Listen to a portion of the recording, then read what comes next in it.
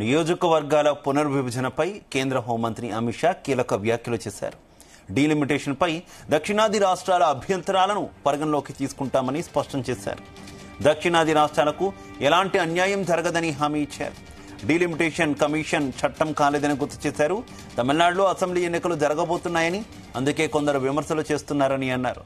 Delimitation commission చట్టాన్ని తీసుకొస్తామని, పార్లమెంట్లో డీలిమిటేషన్ పై చర్చిస్తామన్నారు.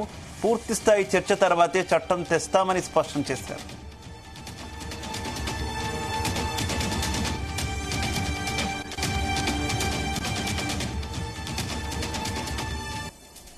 ఇదే విషయానికి సంబంధించి మరింత సమాచారం మా కరెస్పాండెంట్ శ్రీచరణ్ అందిస్తారు. శ్రీచరణ్. శివ, గడిచిన 4 నెలలుగా దక్షిణాది రాష్ట్రాలు వర్సెస్ కేంద్ర ప్రభుత్వం అన్న చందన కూడా నడుస్తోంది. గతంలో కేంద్ర హోంమంత్రి అమిత్ షా డీలిమిటేషన్ పై చేసిన వ్యాఖ్యలను కర్ణాటక ముఖ్యమంత్రి సిద్ధరామయ్య కీలక వ్యాఖ్యలు చేశారు. అమిత్ షా చేసిన ప్రకటన నమ్మదగినది లేదు, గందరగోళం సృష్టించే లక్ష్యంతో ఉందని, ఈ ఎక్సర్సైజ్ ఏదైతే ఉందో దక్షిణాది రాష్ట్రాలకి చాలా నష్టం కలిగించే అవకాశం ఉందని కూడా ఆయన సిద్ధరామయ్య వ్యాఖ్యానించిన విషయం తెలిసిందే. అయితే దీనిపైన పునర్విభజన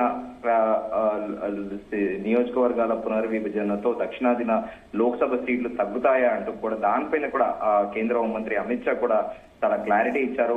ఇదంతా కూడా జనవరి ఎండ్ ఫిబ్రవరి నుంచే కూడా జరుగుతున్న విషయం తెలిసిందే. కేంద్ర ప్రభుత్వం చేపట్టబోయే ఈ నియోజకవర్గాల పునర్విభజనతో పాటు దక్షిణాది రాష్ట్రాల లోక్సభ సీట్లు తగ్గుతాయనే ఆందోళనలు వెల్లువెత్తున్నాయి. అయితే ఈ మేరకు తమిళనాడు సీఎం ఎంకే స్టాలిన్ కూడా కేంద్ర ప్రభుత్వం పైన పలు కీలక వ్యాఖ్యలు కూడా చేసిన విషయం తెలిసిందే. దానిలో తమిళనాడులోని చెన్నై నగరంలో క్యాపిటల్ సిటీలో జరిగిన మీటింగ్ లో కూడా ఇటు ముఖ్యమంత్రి రేవంత్ రెడ్డితో పాటు బీఆర్ఎస్ వర్కింగ్ ప్రెసిడెంట్ కూడా మీటింగ్ కి వెళ్లిన విషయం తెలిసిందే. కేటీఆర్ కూడా స్టాలిన్ కి మద్దతు తెలిపిన విషయం తెలిసిందే. అయితే దేశవ్యాప్తంగా వీళ్ళే కాకుండా మరికొందరు నేతలు కూడా డీలిమిటేషన్ అంశం పైన ఆందోళన కూడా వ్యక్తం చేసిన విషయం తెలిసిందే. అయితే సిద్ధరామయ్య కూడా చాలా కీలక వ్యాఖ్యలు చేశారు కేంద్ర హోంమంత్రి అమిత్ షా పైన. ఆయనకు సరైన సమాచారం లేకపోవడం, కర్ణాటక, తమిళనాడు, తెలంగాణ, కేరళ, ఆంధ్రప్రదేశ్ వంటి దక్షిణాది రాష్ట్రాలకు ప్రతికూలంగా మార్చాలనే ఉద్దేశపూర్వకంతోనే ఉందంటూ కూడా ఆయన సంచలన వ్యాఖ్యలు చేశారు. జనాభా సంఖ్య ఆధారంగా డీలిమిటేషన్ జరుగుతుందా లేదా ప్రస్తుత లోక్సభ సీట్ల సంఖ్య జరుగుతుందా అని కూడా అమిత్ షా స్పష్టం చేయాలని కూడా కోరిన విషయం తెలిసిందే. అయితే తాజా జనాభా నిష్పత్తి ఆధారంగా డీలిమిటేషన్ జరిగితే అది దక్షిణాది రాష్ట్రాలకు తీవ్ర అన్యాయం జరుగుతుందని స్పష్టంగా తెలుస్తుందంటూ కూడా సిద్ధరామయ్య కర్ణాటక ముఖ్యమంత్రి చేసిన విషయం తెలిసిందే.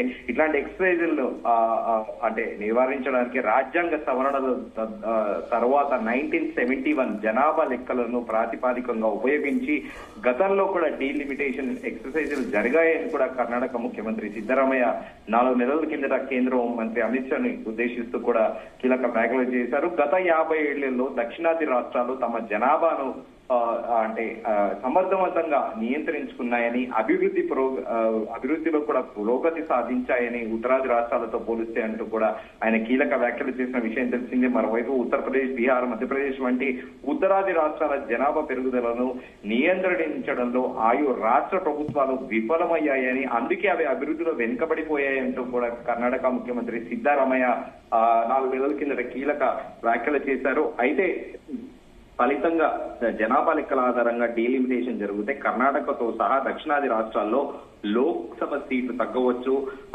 ఒక స్తబ్దత ఏర్పడవచ్చు. అయితే ఉత్తరాది రాష్ట్రాలకు ఎక్కువ సీట్లు పొందుతాయంటూ కూడా ఆయన సంచలన వ్యాఖ్యలు చేసిన విషయం తెలిసిందే. ఈ 2 సందర్భాల్లో దక్షిణాది రాష్ట్రాలు నష్టాన్ని భరిస్తాయి. దీని గురించి కేంద్ర హోంమంత్రికి తెలియదా అంటూ కూడా ఆయన సంచలన వ్యాఖ్యలు చేశారు సిద్ధరామయ్య.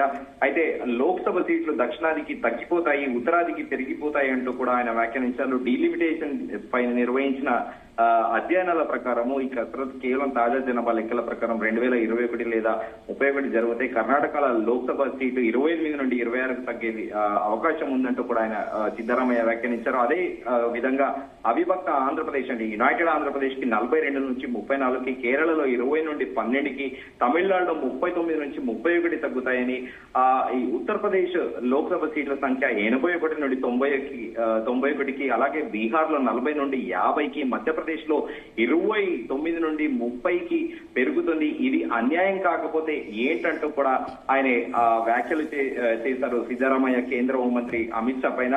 ఇది పూర్తిగా ఆమోదయోగం కాదని, కర్ణాటకతో సహా దక్షిణాది రాష్ట్రాలను డీలిమిటేషన్ ప్రక్రియలో అంటే నార్త్ స్టేట్స్ తో పాటు ఈక్వల్ గా చూడాలంటే ఇది 1971 జనాభా ప్రకారము ఇది పూర్తిగా ఆమోద్యం కాదంటూ కూడా ఆయన కీలక వ్యాఖ్యలు చేశారు.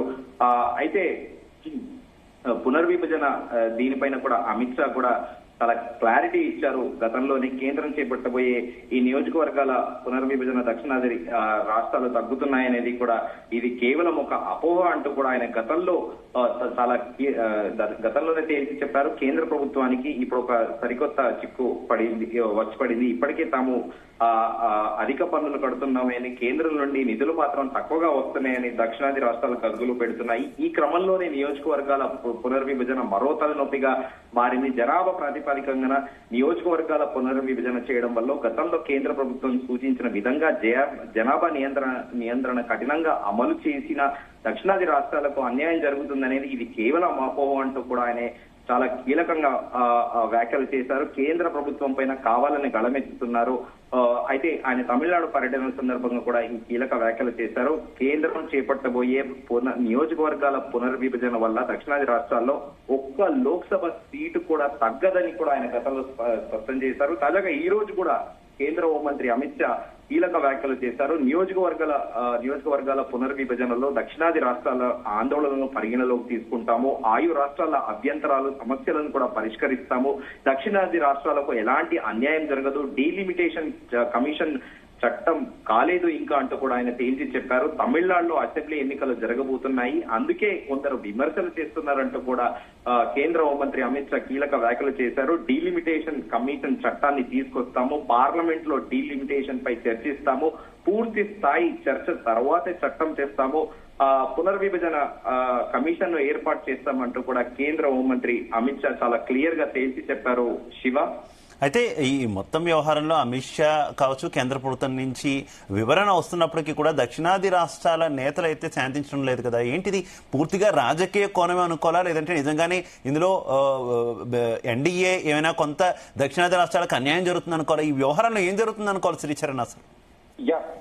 దీనిపైన రెండు విషయాలు చాలా కీలకంగా ఉన్నాయి. ఒకటి దీనిపైన మన జీ న్యూస్ ప్రస్తుతం మెదక్ ఎంపీ రఘునందన్ రావుని కూడా ఇదే క్వశ్చన్ రేజ్ చేస్తే దానిలో రాజ్యాంగం ప్రకారమే ఏదైతే ఉందో దానికి అనుగుణంగానే ఆయు రాష్ట్రాలకి అంటే కేంద్ర ప్రభుత్వం నుంచి ఏదైతే నిధులు ఉంటాయో అవన్నీ కూడా చట్ట ప్రకారమే ఇస్తారు. దీంట్లో స్పెసిఫిక్ గా తెలంగాణకు అన్యాయం జరుగుతుంది, దక్షిణాది రాష్ట్రాలకు అన్యాయం జరుగుతుంది అనేది ఎక్కడ కూడా లేదు. రాజ్యాంగం ప్రకారమే కేంద్ర ప్రభుత్వం కూడా నడుచుకుంటుంది అని కూడా చెప్పారు. దీంతో పాటు దక్షిణాది రాష్ట్రాల్లో కేంద్ర హోంమంత్రి అమిత్ షా ఆధ్వర్యంలో అలాగే ప్రధానమంత్రి నరేంద్ర మోదీ 2018 నుండే ఒక ఎక్సర్సైజ్ ప్రారంభించారు. దక్షిణాది రాష్ట్రాల్లో బీజేపీ కాషాయం జెండా ఎగరవేయాలని. అయితే దాని నిమిత్తం ఈ నేపథ్యంలోనే గత 7 సంవత్సరాలుగా కూడా వర్క్ చేస్తున్నారు.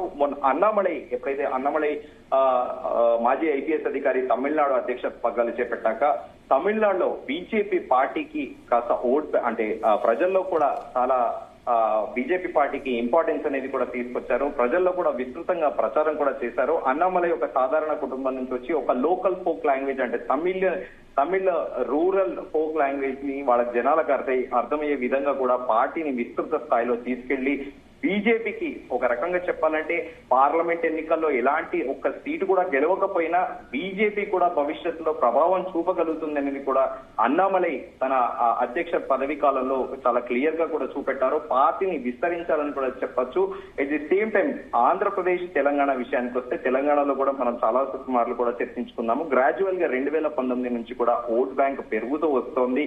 సో 2023 అసెంబ్లీ ఎన్నికల్లో 8 సీట్లు, అలాగే 2024 సార్వత్రిక ఎన్నికల్లో 8 ఎంపీ సీట్లు గెలుచుకున్న విషయం తెలిసిందే. ఇంకా ఆంధ్రప్రదేశ్ విషయానికి వస్తే ఆంధ్రప్రదేశ్ లో కూడా చాలా తాంజ్ ఓట్ బ్యాంక్ బీజేపీకి కూడా పెరిగింది. అక్కడ వాస్తవానికి ఉన్నా కూడా అక్కడ ప్రధాన రైవలరీగా ఇప్పటి వరకు ఆంధ్రప్రదేశ్ లో అంటే రాష్ట్ర విభజన పూర్వము కాంగ్రెస్ వర్సెస్ టీడీపీ అన్నది నడిచింది. కానీ స్టేట్ బైఫరికేషన్ అయ్యాక వైసీపీ పార్టీ కూడా చాలా ప్రభావం చూపెట్టింది. తాజాగా ఇప్పుడు పవన్ కళ్యాణ్ ని నెక్స్ట్ బీజేపీలో జనసేనని మర్జ్ చేసి ఒక చర్చ కూడా జరుగుతుంది. దీనికి అథెంటిసిటీ లేదు. బీజేపీ పెద్దలు కూడా ఎలాంటి క్లారిటీ కూడా ఇవ్వలేదు. భవిష్యత్తులో పవన్ కళ్యాణ్ కూడా జనసేన పవన్ కళ్యాణ్ కి చెందిన జనసేన పార్టీ బీజేపీలో మర్జ్ చేసి మరింత కూడా ఆంధ్రప్రదేశ్ లో కూడా బాగా వేయాలని బీజేపీ ఆలోచిస్తుంది. ఈ నేపథ్యంలో దక్షిణాది రాష్ట్రాల్లో రీజనల్ పార్టీస్ ఏవైతే ఉన్నాయో బీజేపీ ఒక పదే కూడా బీజేపీ పైన ఆరోపణలు చేస్తూ వస్తున్న విషయం తెలిసిందే. ప్రాంతీయ పార్టీలు బీజేపీ ఎప్పుడు కూడా ప్రాంతీయ పార్టీలను బతకనివ్వదు. సో ఈ నేపథ్యంలోనే ఈ సరికొత్త ఎజెండా అనేది ఈ దక్షిణాది రాష్ట్రాలకు చెందిన ప్రముఖ ప్రాంతీయ పార్టీలు ఈ యొక్క డీలిమిటేషన్ అనే సబ్జెక్ట్ ని ఎన్నుకున్నాయని దీనిపైన కాంట్రవర్షియల్ స్టేట్మెంట్స్ కూడా ఇస్తున్నారంటూ కూడా ఇటు బీజేపీ నేతలు కూడా ప్రత్యారోపణలు చెందుతున్నాయి.